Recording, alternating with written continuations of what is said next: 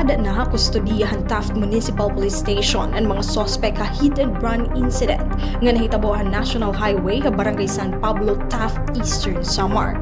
Nahitabohan insidente alas 9:50 agahan Agosto 15, 2026 di nabungguhan usang black Yamaha NMAX 155 nga motorsiklo ang 6 anyos nga grade 1 nga estudyante nga naglalakat daw haligid hantalan.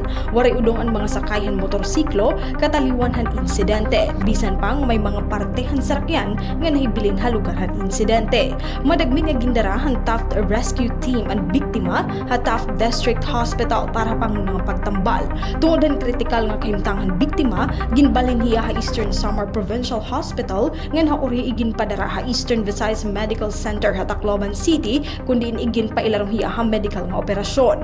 Madagmit nga nagresponde ang Taft Municipal Police Station ha pangungunan ni Police Captain Michael Duan Bato Relano, officer in charge, nga nakipagkoordinar ha LTO Dolores District base maberipikar ang plate number han motorsiklo. Nagpatuman ang kapulisan in house-to-house inquiries nga nag-usisa mga CCTV footage ha magkalain-lain nga lugar. Lakip hini ang CCTV footage tikang hausa nga 7-Eleven dito ha Paranas kundi nakita ang kahimuhan mga sospek.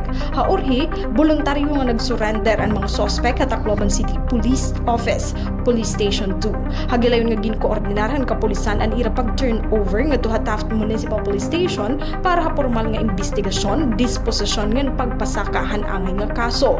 Naghatagin pinansyal nga bulig hi Police Captain Relano ha pamilyahan biktima nga nagpasarig nga bubuhaton han kapulisan ang nga tanan nga kinahanglan base matuman ang hustisya subay ha balaod. Nagpaabot naman hindako nga pagpasalamat ang kapulisan nga to mga individual, mga residente, komunidad nga lukang nga mga establishmento ha ira naging papel para makilala ang mga sospek.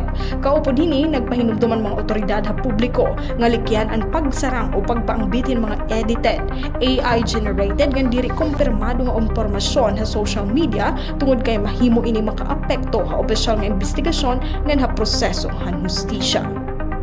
Ika nga syudad ng Borongan, Heidi Upada, Eastern Samar News Service.